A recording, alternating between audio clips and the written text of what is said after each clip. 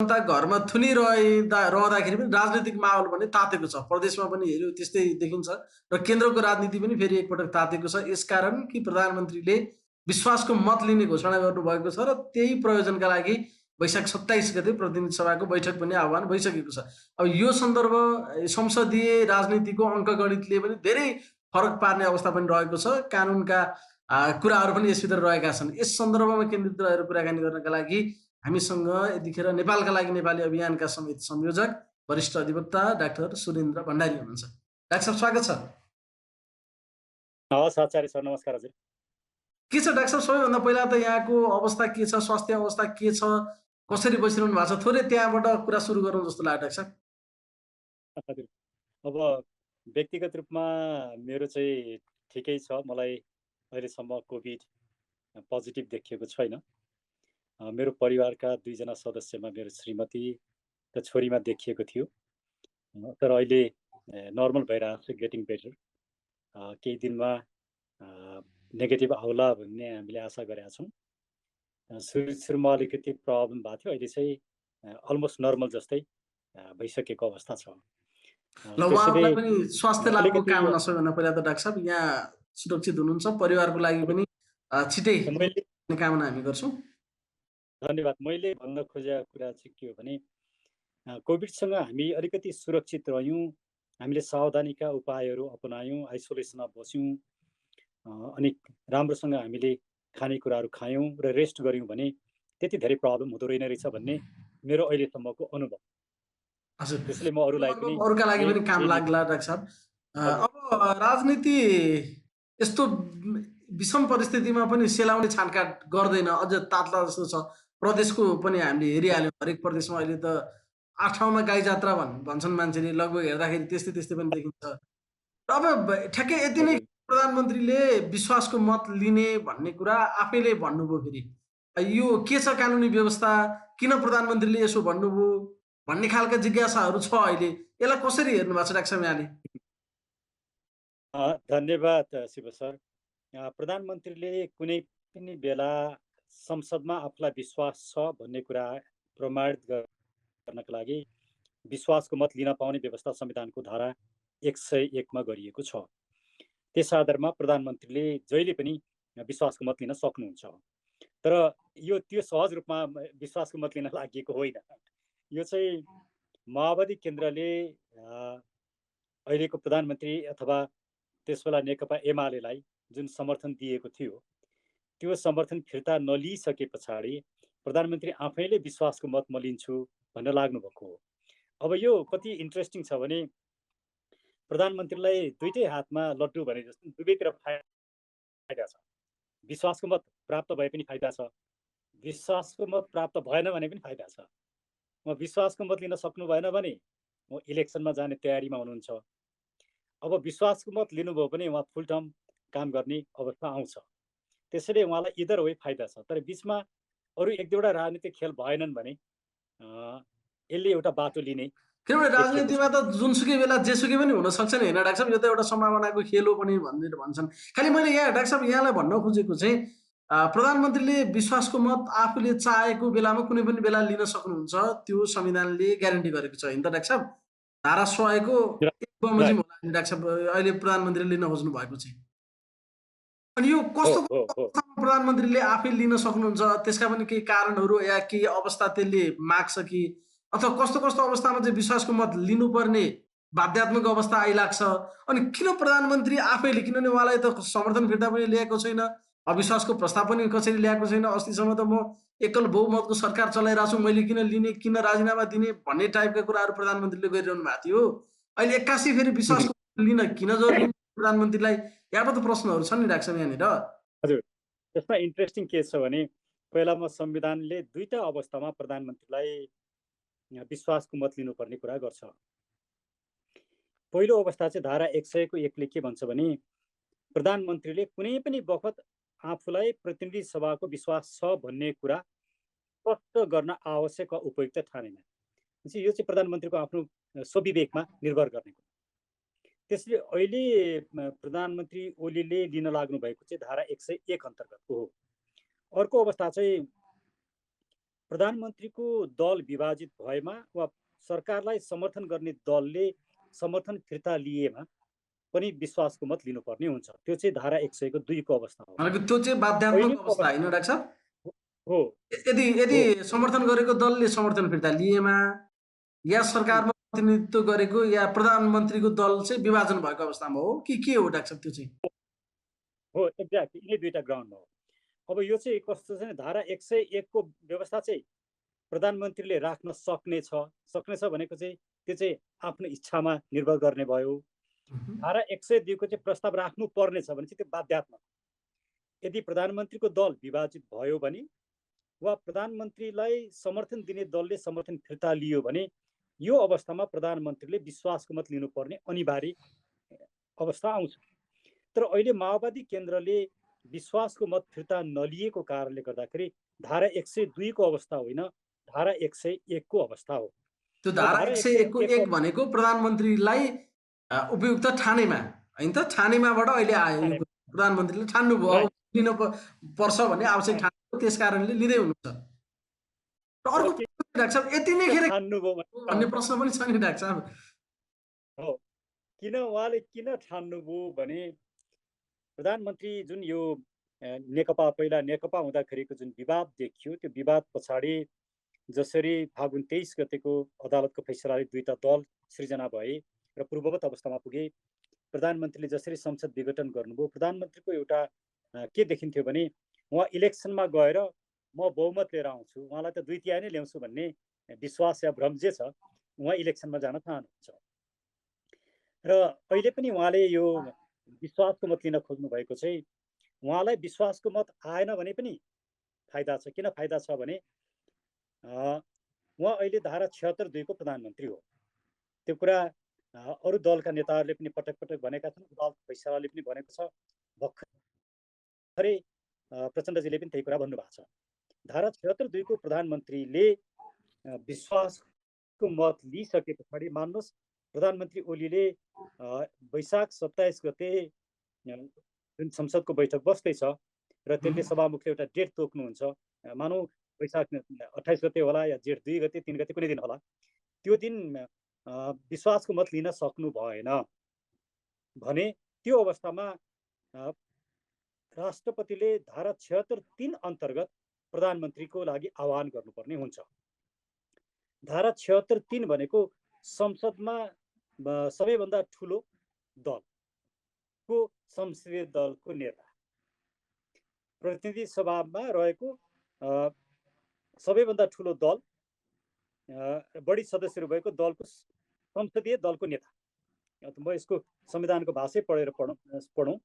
मैले 1 मिनट हजुरलाई रोकेँ। त्यो डाक्टर साहब 1 मिनट त्यसमा जानुभन्दा अगाडिको केही परिवेशबारे कुरा गरौँ न। अब 27 गते 28 गते 2 गते जहिले भयो भने बैठक 27 गते बस्छ, त्यस पछाडि मतदानको मिति तोकिन्छ होइन त डाक्टर साहब?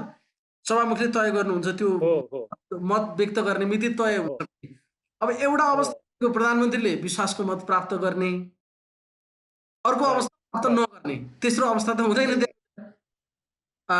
भनेको त्यो धारा 76(3) मा जानुभन्दा अगाडि प्रधानमन्त्रीले विश्वासको मत प्राप्त गर्न सकेको खण्डमा के हुन्छ अथवा त्यो सम्भावना बारेमा एकचोटि कुरा गरौँ, अनि नसके पछाडि अनि 3 मा जाने कुरा त्यसपछि गरौँ न डाक्टर साहब। पहिला हजुरले भने जस्तै जाउँ है त। प्रधानमन्त्रीले विश्वासको मत प्राप्त गर्नुभयो।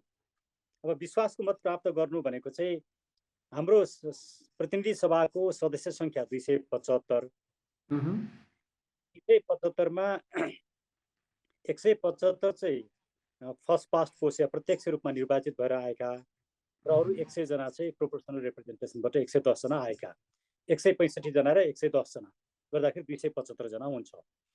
अब यो 275 मध्ये अहिलेको अवस्था कस्तो छ भने नेकपा एमालेको 121 हुनुपर्नेमा एकजना सांसद सदस्यको मृत्यु भएको कारणले 120 जना हुनुहुन्छ उहाँहरू। नेकपा माओवादीको 2 जना सांसद सदस्यहरू निलम्बनमा पर्नु भएको छ, 4 जनालाई कारबाही भएको छ होइन, नेकपाको भएको छैन, उहाँहरूले 4 जना निकाल्नु भएको छ। त्यसले गर्दा उहाँहरूसँग अहिले सभामुख सहित 49 49 जना हुनुहुन्छ। नेपाली काङ्ग्रेसको 63 जनामा 2 जना निलम्बनमा पर्नु भएको छ, 61 जना हुनुहुन्छ। जसपाको 2 जना निलम्बनमा परेकोले 32 जना हुनुहुन्छ र स्वतन्त्र सांसद 3 जना हुनुहुन्छ। अब यो रेसियोलाई हेर्दाखेरि अहिले संसद सदस्य संख्या चाहिँ 266। अब 266 को बहुमत, किनकि संसदमा उपस्थित संसदमा भएका सदस्यहरूको बहुमत लिनुपर्छ। अब त्यो बहुमत सदस्य भनेको चाहिँ 266 को बहुमत भनेको 134 हुन्छ।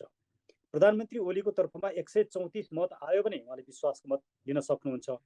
तर 134 उहाँको आउनलाई किन गाह्रो छ भने उहाँको आफ्नो सदस्य संख्या जम्मा 120 मात्रै छ। उहाँलाई 14 जना अरू सांसदहरूले सपोर्ट गर्नु। यो 14 जना भनेको स्वतन्त्र 2 जनाले उहाँलाई सपोर्ट नगर्ने कुरा देखिएको छ। अब स्वतन्त्र 3 जना मध्ये 2 जनाले उहाँलाई सपोर्ट गर्नुहुन्छ, किनभने अहिलेसम्मको कुरा हेर्दाखेरि राप्रपा पनि प्रधानमन्त्रीको कुरामा एकदम नजिक छ र यता हाम्रो मजदुर किसान पार्टी 3 भोट मध्ये 2 भोट मजदुर किसान पार्टी देखिन्छ। राष्ट्रिय जनमोर्चाले उहाँलाई भोट नदिने देखिन्छ, यसो अहिलेको राजनीतिक सिनारियो अनुसार, होइन डाक्टर साहब? अब मजदुर किसान पार्टीले मत दिनुहुन्छ कि दिनुहुन्न डिक्लेयर छैन, तर अहिलेसम्म हेर्दाखेरि देखिन्छ। एकछिन मानौँ मजदुर किसानले पनि दिएन, राप्रपाले मात्रै दियो भने 1 जना है। हजुर हजुर। र भनेको 13 जना जसपाले उहाँलाई समर्थन गर्नुपर्ने हुन्छ। या मजदुर किसान पार्टीले दियो भने 12 जना, होइन त डाक्टर साहब? 12 जना मजदुर किसान पार्टी र राप्रपाले मतदान गरेको अवस्थामा आफ्नो पार्टी बाहेक प्रधानमन्त्रीलाई 12 जना सांसदहरू जरुरी पर्यो। आफ्नो पार्टी बाहेक मलाई 14 जना चाहियो। जसपाबाट लिने अवस्था भयो भने उहाँको 134 पुग्छ। 134 पुग्दाखेरि उहाँले विश्वासको मत प्राप्त गर्नु। विश्वासको मत प्राप्त गरिसके पछाडि अब उहाँलाई हटाउनको लागि अविश्वासकै प्रस्ताव राख्नुपर्ने हुन्छ, अरू विकल्प छैन। हजुर, जस्तो अब अहिले सरसर्ती हेर्दाखेरि नेकपा एमालेमै चाहिँ बरु समस्या देखा पर्यो। अब जसपा पनि 12-14 जना 15 जना त प्रधानमन्त्रीलाई पुर्याइदिने उहाँहरूको कसरत जस्तो देखिन्छ। उपेन्द्र र बाबुरामको एउटा कुरा छ भने यता फेरि महन्त र राजेन्द्र महतोको छुट्टै कुरा छ। यसले चाहिँ जसपा विभाजन भएर पनि त्यो संख्या आउँछ भन्ने जस्तो देखिन्छ। तर नेकपा एमाले भित्रै चाहिँ जे चिज छ एउटा मान्छेलाई अनौठो लागेको, जबकि अहिले माधव नेपालहरू त केपी ओलीको प्रधानमन्त्रीको कुर्सी बचाउनलाई सञ्जीवनी नै जस्तो बन्नु भएको रहेछ नि त यतिखेरलाई। तर उहाँहरूलाई चाहिँ त्यति प्यार गरेको देखिँदैन केपी ओलीले। अनि जसपातिर चाहिँ फेरि खोज्नलाई बढी मेहनत गरिरहनु भएको जस्तो देखिन्छ। यो अलि अनौठो खेल किन भइरहेछ डाक्टर साहब? मलाई के लाग्छ भने जसपाले प्रधानमन्त्री ओलीलाई विश्वासको मतको लागि मत दिँदैन र जसपाले नेपाली काङ्ग्रेस या माओवादी केन्द्रलाई सरकार बनाउन पनि साथ दिँदैन। जसपा न्युट्रल बस्छ मेरो विश्लेषणमा। यदि जसपा न्युट्रल बसेन भने जसपा फुट्छ। त्यसैले जसपाको लागि सबभन्दा कन्भिनियन्ट बाटो भनेको के हो भने प्रधानमन्त्री ओलीलाई पनि साथ नदिने, माओवादी केन्द्र र नेपाली काङ्ग्रेसलाई पनि साथ नदिने। त्यो हुनासाथ प्रधानमन्त्री ओलीले विश्वासको मत प्राप्त गर्न सक्नुहुन्न। विश्वासको मत प्राप्त गर्न नसक्ने अवस्थामा के हुन्छ भने प्रधानमन्त्री ओली 76-2बाट 76-3 पुग्नुहुन्छ। किनभने लार्जेस्ट पार्टी उहाँकै हुन्छ। अब अर्को कुरा के हुन सक्छ भने माधव नेपाल समूहका केही सदस्यले राजीनामा दियो भने के हुन्छ त? त्यो बेला पनि उहाँकै लार्जेस्ट पार्टी हुन्छ त भन्ने प्रश्नमा अहिले उहाँहरू 120 जना हुनुहुन्छ। मानौँ कि नेकपा एमाले बाहेकको लार्जेस्ट पार्टी भनेको, सेकेन्ड लार्जेस्ट पार्टी भनेको नेपाली काङ्ग्रेस हो 61 जना। माधव नेपालहरूको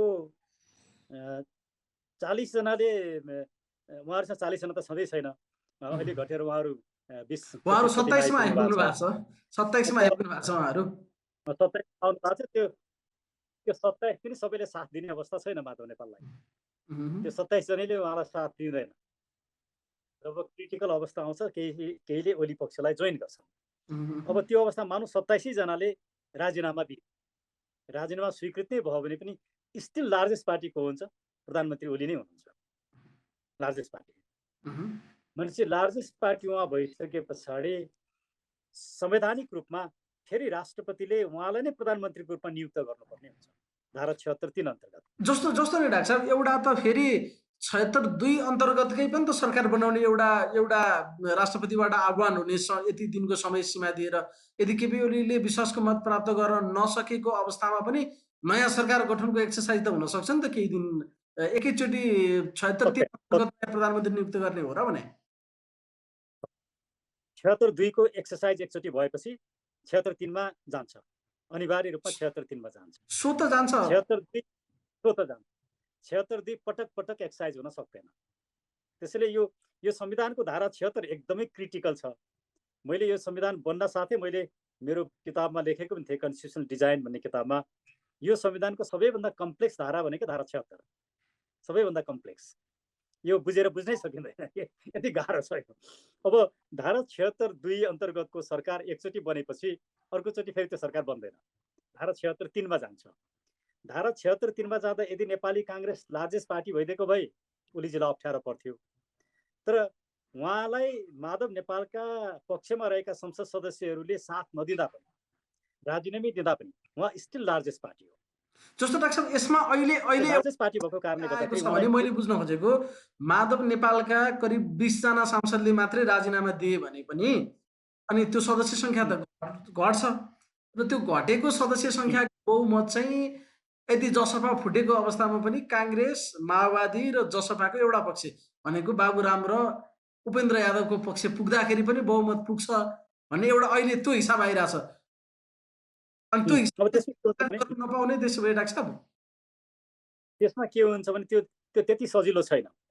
कसरी सजिलो छैन भने धारा 76(3) मा गइसके पछाडि 76(3) को प्रधानमन्त्री फेरि ओलीजी बन्नुहुन्छ र ओलीजीले धारा 76(4) अन्तर्गत 30 दिनभित्र विश्वासको मत लिन सक्नुहुन्न। त्यो विश्वासको मत लिन नसकेपछि उहाँ धारा 76(5) को प्रधानमन्त्री बन्नुहुन्छ। धारा 76(5) को प्रधानमन्त्री बनेपछि उहाँले धारा 76(7) अन्तर्गत संसद विघटन गर्नु।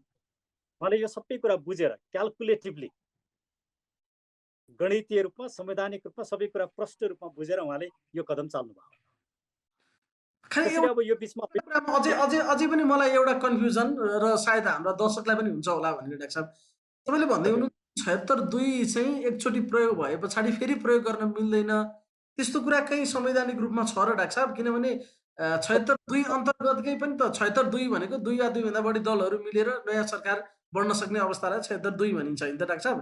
अनि प्रधानमन्त्रीले विश्वासको मत प्राप्त गर्न नसकेको अवस्थामा पनि मानव माधव नेपालहरूले राजीनामा दिए भने बाँकी रहेको सदस्य संख्याले त तत्काल कायम रहेको संख्याको बहुमत ल्याएर नयाँ सरकार बन्न सक्ने अवस्था त रहला, या जसपा एकतिर लाग्दाखेरि पनि त काङ्ग्रेस, माओवादी, जसपा मिलेर सरकार बन्न सक्ने अवस्था पनि रहला। त्यो चाहिँ एक्सर्साइज चाहिँ त्यो विषयमा म आउँछु। पहिला म अलिकति संविधानको यो पढेरै सुनाऊ। धारा 76 को 3 ले के भन्छ भने यसमा दुईटा अवस्था छन्। एउटा, प्रतिनिधि सभाको निर्वाचनको अन्तिम परिणाम घोषणा भएको मितिले 30 दिनभित्र उपदफा 2 बमोजिम प्रधानमन्त्री नियुक्त हुन सक्ने अवस्था नभएमा, त्यो 30 दिनको अवस्था गइसक्यो, त्यो गइसक्यो, अब त्यो हामीसँग वा नियुक्त प्रधानमन्त्रीले भने धारा 76(2) अन्तर्गत नियुक्त प्रधानमन्त्रीले, अब अहिले धारा 76(2) अन्तर्गत नियुक्त को हो भन्दा ओलीजी, प्रधानमन्त्रीले उपधारा 4 बमोजिम विश्वासको मत प्राप्त गर्न नसकेमा, मानस वैशाख 27 गते उहाँले विश्वासको मत प्राप्त गर्न सक्नु भएन, राष्ट्रपतिले प्रतिनिधि सभामा सबैभन्दा बढी सदस्यहरू भएको दलको संसदीय दलको नेतालाई प्रधानमन्त्री नियुक्त गर्नेछ, गर्नै पर्छ, गर्नेछ, गर्न सक्नेछ होइन, गर्नुपर्छ, गर्नै पर्नेछ, गर्नेछ भनेको त्यो बाध्यात्मक हो, स्याल, इट्स म्यान्डेटरी। उहाँले 2 मा जानै पाउनु, 2 मा जाने संविधानले परिकल्पनै गरेको छैन।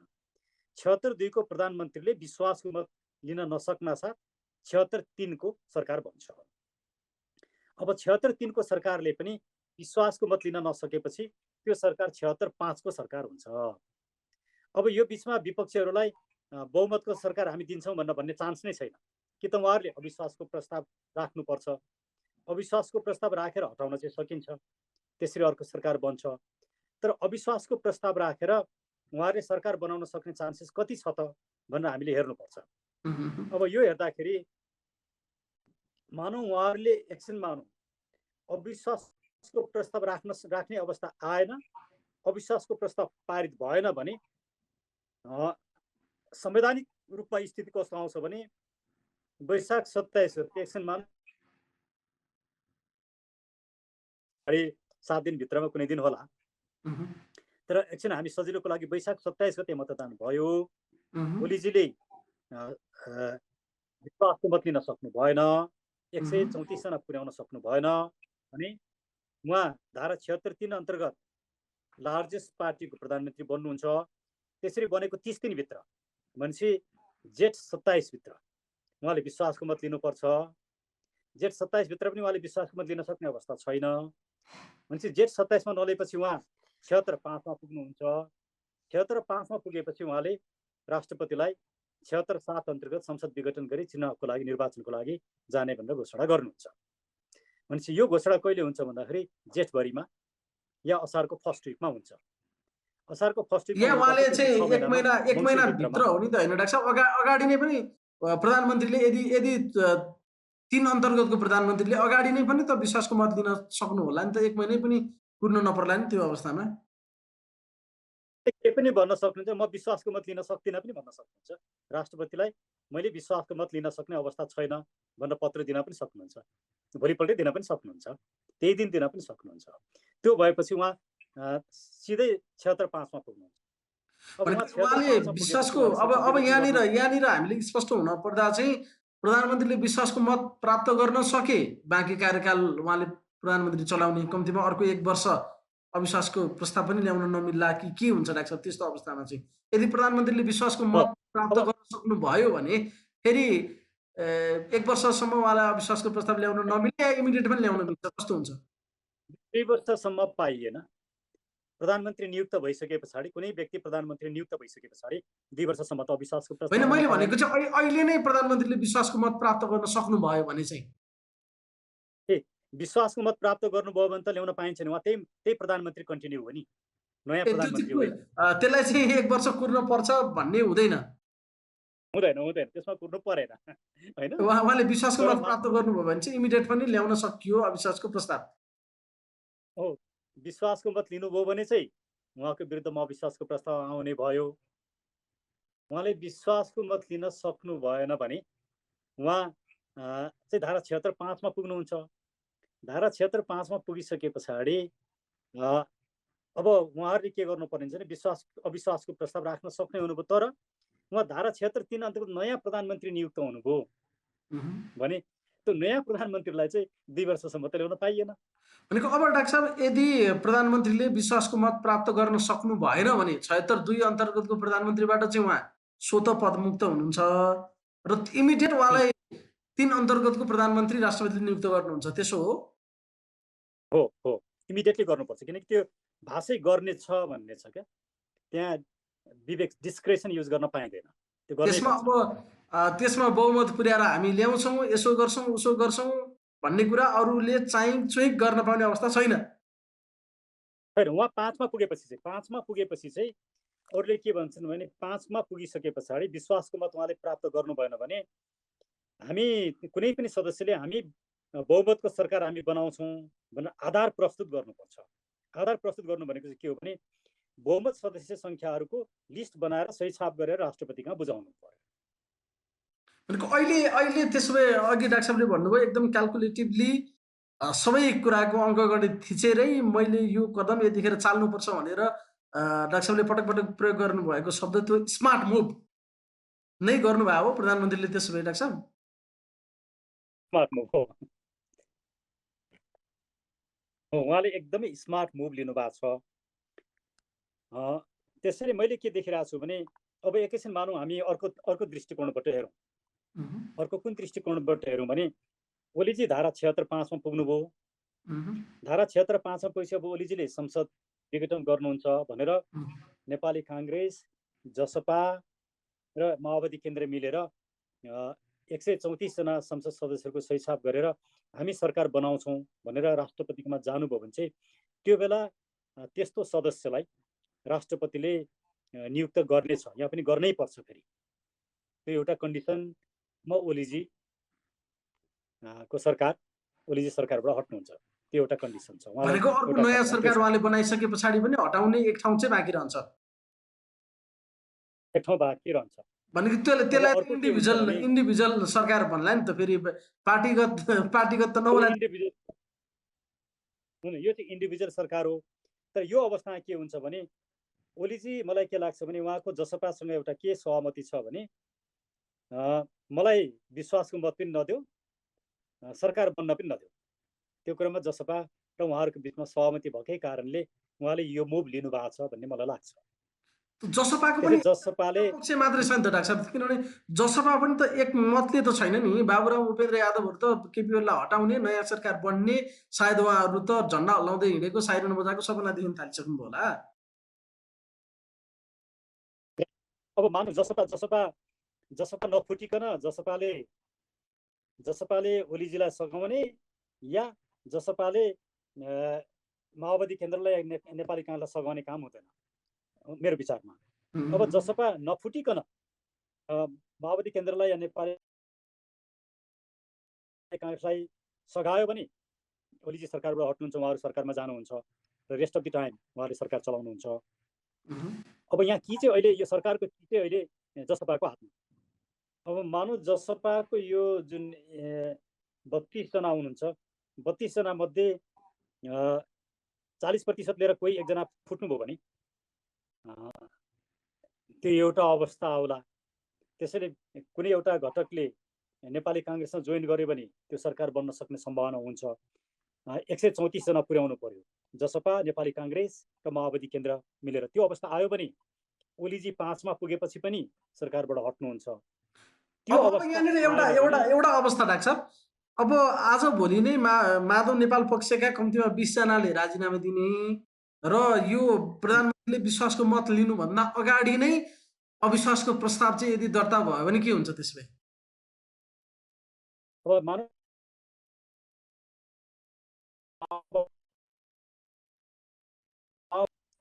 संख्या चाहिँ सदस्य संख्या चाहिँ 246 हुन्छ।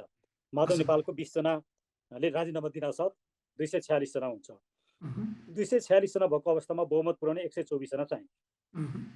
नेपाली काङ्ग्रेसको 61 जना हुनुहुन्छ, माओवादी केन्द्रको 49। यो भनेको कति हो भने 110 उहाँहरूको भयो, राइट। अब उहाँहरूलाई चाहियो अर्को 14 जना। अर्को 14 जना चाहिँ उहाँहरूले जसपाबाट लिनुभयो भने त्यो बेलामा उहाँहरूले सरकार बनाउन सक्नुहुन्छ। त्यो अवस्था आउँछ। तर मलाई के लाग्छ भने जसपाले कसैलाई पनि साथ दिँदैन, ओलीजीलाई पनि साथ दिँदैन, काङ्ग्रेसलाई र माओवादी केन्द्रलाई पनि साथ दिँदैन। उहाँहरू आन्तरिक द्वन्द्वमा हुनुहुन्छ। उहाँहरू पार्टी फुट्न चाहनुहुन्न। पार्टी फुट्नु पनि इलेक्सनमा उहाँहरूको नराम्रोसँग हार हुन्छ, त्यो कुरा उहाँहरूले बुझ्नु भएको छ।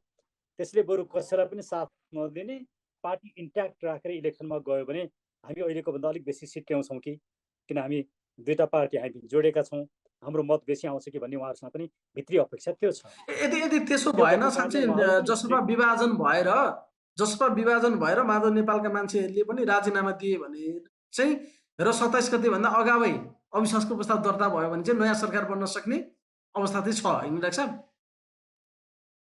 त्यो छ। जसपा फुट्नु पर्यो या जसपा सिङ्गो पार्टीले एउटा लाइन लिनु पर्यो कि त हामीले नयाँ सरकार बनाउन हामी जान्छौँ, ओलीजीको विरुद्धमा हामी अविश्वासको प्रस्ताव लिएर जान्छौँ भन्नु पर्यो। या धारा 76(5) मा ओलीजी पुगिसके पछाडि कुनै एउटा सदस्य, मानौँ त्यो शेरबहादुरजी हुन सक्नुहोला या अहिले जसपाको कुनै नेता हुनसक्छ, महन्त ठाकुरजी हुनुहोला। महन्त ठाकुरजी किन प्रधानमन्त्री नहुने, उहाँहरूको त्यो पनि अभिलाषा छ। नेपाली काङ्ग्रेस र माओवादी केन्द्रले किन महन्त ठाकुरजीलाई सपोर्ट नगर्ने, उहाँहरू पनि त्यसैमा बस्नु भएको छ।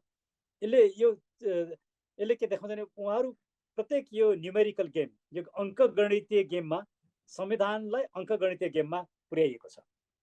यो अङ्कगणितीय गेममा कसलाई पछार्ने, कसरी आफू सत्तामा टिक्ने भन्ने खेलमा पूर्ण रूपमा लगिएको अवस्था छ। अब यहाँनिर मैले देखेको अर्को अवस्था के हो भने उहाँहरूले अब अहिले ओलीजीले विश्वासको मत प्राप्त नगरेपछि धारा 76(3) मा ओलीजी गइसके पछाडि फेरि पनि विश्वासको मत प्राप्त गर्न सक्नुहुन्न। त्यो नसके पछाडि या त उहाँहरूले धारा 76(5) अन्तर्गत एउटा व्यक्ति, कुनै व्यक्तिको संसद सदस्यको नाममा सरकार बनाउनु पर्यो, या त उहाँहरूले अविश्वासको मत राखेर त्यो अविश्वासको प्रस्ताव पारित गर्नु पर्यो। उहाँहरूसँग यी दुईटा विकल्प छन्। तर हजुर। यी दुईटा डाक्टर विकल्प साहब, त्यति सजिलो अहिले चाहिँ जस्तो माधव नेपाल पक्षका केही सांसदहरूमाथि हिजो मात्रै पनि प्रधानमन्त्रीले स्पष्टीकरण सोध्नु भएको छ। पहिला 27 जनालाई सोध्नु भएको थियो, फेरि हिजो 2-3 जनालाई सोध्नु भएको छ। त्योभन्दा अगाडि नै प्रधानमन्त्रीले माधव नेपाल पक्षका मान्छेलाई कारवाही गर्ने अथवा त्यो जुन समानुपातिक लिस्टतर्फका मान्छेलाई चाहिँ हटाएर नयाँ सदस्य सङ्ख्या त्यसमा थप्ने या अरू अरू त्यो एमाले भित्रको समीकरणमा चाहिँ केही गर्न सक्ने पोजिसन हुन्छ कि हुँदैन, अथवा त्यसले समीकरण या यो अहिलेको अङ्कगणितमा फरक पार्छ कि पार्दैन? त्यसले फरक पार्छ। किनकि फरक कहाँनिर पार्छ भने संसदमा चाहिने बहुमतको जुन सङ्ख्या छ त्यो सङ्ख्या चाहिँ घट्छ। 20 जनाको राजीनामा हुनसाथ त्यो सङ्ख्या घट्छ। या अब यताबाट कारवाही भयो भने पनि यताबाट कारवाही हुने 134 बाट 124 मा आउँछ। त्यो अवस्थाले ओलीजीले किन कारवाही गरिरहनु भएको छैन भने उहाँले यी सबै कुरा अङ्कगणितीय खेल बुझ्नु भएको छ। उहाँले माधव नेपाललाई माया गरेर राखेको होइन। उहाँहरूका बिचमा जुन तिक्तता छ, जुन किसिमको भनाभन छ, ओलीजीले उहाँलाई होटल म्यारियटमा भेटेको त्यसै होइन। उहाँ खालि यो अङ्कगणितीय रूपमा टिकाउन चाहनुहुन्छ। ओलीजीले यो अङ्कगणितीय रूपमा टिकाउन नपर्ने भए कुनै पनि बेला कारवाही गर्नुहुन्थ्यो। फेरि यो एकदमै राजनीति चाहिँ कस्तो भयो भने अङ्कगणित र एउटाले अर्कोलाई सिद्ध्याउने खेलमा राजनीति पुग्यो। अब यो यहाँनिर माधव नेपालहरूको अप्ठ्यारो, अब मत कसरी दिनु केपी ओलीलाई? उहाँहरू एकदम विभाजित मानसिकतामा हुनुहुन्छ। खालि कानुनी रूपमा विभाजन नभए पनि राजनीतिक व्यवहारिक रूपमा त उहाँहरूले भिन्न पार्टीको अभ्यासै गरिरहनु भएको छ। मत दिनु कसरी नदिनु कसरी बडा उहाँहरूलाई त विकल्प छ नि त डाक्टर साहब। फ्लोर क्रस गर्दाखेरि पनि एउटा धब्बा लाग्ने, अहिले राजीनामै दिँदाखेरि पनि आफ्नै पार्टीको सरकार हटाउनको लागि राजीनामा दिएर त्यो अब भोलि कार्यकर्ताको बिचमा जाँदा नि भाँडा खाने समस्या, त्यो त गाह्रो छ त डाक्टर साहब, होइन उहाँहरूले हेर्दाखेरि? होइन, त्यति सजिलो छैन। माधव नेपालजीहरूले यदि राजीनामा दिएर उहाँहरूलाई राम्रो हुन्थ्यो या पार्टी फुटाउन त उहाँहरूले सक्नु नै भएन। यी सबै गर्दा उहाँहरूले अलिकति पनि पोलिटिकल माइलेज देखेको भए पहिल्यै गरिसक्नु। यहाँ पोलिटिकल माइलेज छैन। किनकि भोलि at the end of the day 1 वर्ष पछाडि होस् 1.5 वर्ष पछाडि इलेक्सनमा त जानै पर्छ। ओलीजीको सोचाइ अनुसार हो भने यो मङ्सिरभित्रमा चुनाव हुन्छ, मङ्सिरमा या त चुनाव हुन्छ। अब होइन ओलीजीले विश्वासको मत पाउनुभयो या ओलीजीको विरुद्धमा ओलीजीलाई हटाएर अर्को सरकार बन्यो भने पनि 1-1.5 वर्ष पछाडि त फेरि पनि इलेक्सनमा जानै पर्छ। त्यो इलेक्सनमा जाँदाखेरि त यी सबै कुराहरू त पिपुलले त हिसाब किताब गरेर बसेको हुन्छ र माधवजीहरूलाई बहुत अप्ठ्यारो पर्छ। यो कारणले गर्दाखेरि उहाँहरू भोलिको आफ्नो राजनीतिलाई बचाउनको लागि पनि व्यावहारिक रूपमा फुटे पनि कानुनी रूपमा उहाँहरू बचेर काम गर्ने अवस्था छ। त्यसले नचाहँदै पनि उहाँहरूले ओलीजीलाई साथ दिनुपर्ने अवस्था छ। भनेको अहिले फ्लोर क्रस गरे पनि या राजीनामा दिए पनि त्यो चाहिँ माधव नेपालहरूको लागि आत्मघाती कदम नै हुन्छ त्यसो भए, हो डाक्टर साहब? आत्मघाती। किनभने पिपुलले त के ठान्छ भने तिमीहरू नै पार्टी फुटाउने मान्छेहरू हो, तिमीहरूले पार्टी फुटायो भन्छ। फेरि अर्कोतिर अब भ्रम हुनसक्छ, वास्तविकता हुनसक्छ। ओलीजीले आफूलाई के ठानिरहनु भएको छ भने विभिन्न किसिमका राजनीतिक दाउपेचकारले म चाहिँ अहिले पपुलर छु, अहिले म इलेक्सनमा गएँ भने चाहिँ बहुमत मात्रै 2/3 ल्याउँछु भन्ने उहाँले ठान्नु भएको छ। अब त्यो भोलि कति प्रमाणित हुन्छ हुँदैन त्यो आम ठाउँमा छ। तर ओलीजीको हिजोको जुन देशवासीका नाममा उहाँले सम्बोधन गर्नुभयो, मलाई त्यो चाहिँ अचम्म लागिरहेको छ। उहाँले देशवासी भनेर भन्नुभएको छ। अब यो हामी देशवासी होइनौँ, हामी नागरिक हौँ। उहाँहरूले दाजुभाइ दिदीबहिनी आमा बुवाका नाममा या प्रधानमन्त्रीको सम्बोधन मात्रै भनेको भए पनि हुन्थ्यो। देशवासी भनेर हिजोका राजा महाराजाहरूले जे गर्थे देशवासीका नाममा जुन सम्बोधन सन्देश दिन्थे, मलाई त्यही कुरा गर्नु भएको छ। उहाँलाई के भ्रम छ भने म त राजा नै भइसकेँ कि भन्ने भ्रम छ। उहाँले देशवासीको नाममा सम्बोधन गरिदिनु भयो। मलाई चाहिँ यो कुराले वास्तवमा चित्त दुख्याएको छ। हामी देशवासी होइनौँ। म आफूलाई देशवासी भन्ने खालकै व्यवस्थाको पक्षधर होइन र? होइन, म त्यो देशवासी भनेर सम्बोधन सुरु गर्ने, अन्तिममा पशुपतिनाथले हामी सबैको कल्याण गरून् भनेर टुङ्ग्याउने मन्तव्य आओस् भन्ने पक्षकै मान्छे हो नि डाक्टर साहब तपाईँ त। अनि किन चित्त दुख्यो? म त्यस किसिमको राजाको पक्षमा छैन। संविधान त्यो पनि पार्लियामेन्टभित्र बस्ने एउटा सिम्बल अफ नेसनल युनिटीको राज संस्थाको मात्रै पक्षमा हो। म शासन गर्ने, हामीलाई प्रजा बनाउने या हामी देशवासी भन्ने राजाको पक्षमा म कहिले पनि छैन। त्यसैले हो यो मुलुकको एउटा हाम्रो जुन किसिमको एउटा भौगोलिक अवस्था छ, जियो पोलिटिक्स छ, हाम्रो डाइभर्सिटी छ। यो अवस्थामा त्यो मोनर्की एउटा इन्स्टिट्युसनको रूपमा रहँदाखेरि हामीलाई बेटर हुन्छ भन्ने कुरा हो। तर अहिले हामी त्यो विषयमा चर्चा नगरौँ। अहिलेको अवस्था के हो भने ओलीजी जे भए पनि राजा महाराजा होइन, उहाँ त्यो वंशको मान्छे पनि होइन, उहाँले देशवासीकै नाममा सम्बोधन गरिदिनु भयो। यसले पनि के देखाउँछ भने हाम्रो नेताहरूमा चाहिँ यस्तो एउटा पोलिटिकल माइन्ड सेट छ कि उहाँहरू आफूलाई हिजोकै शासकको रूपमा राजाहरूकै ढाँचामा काम गर्नुहुन्छ।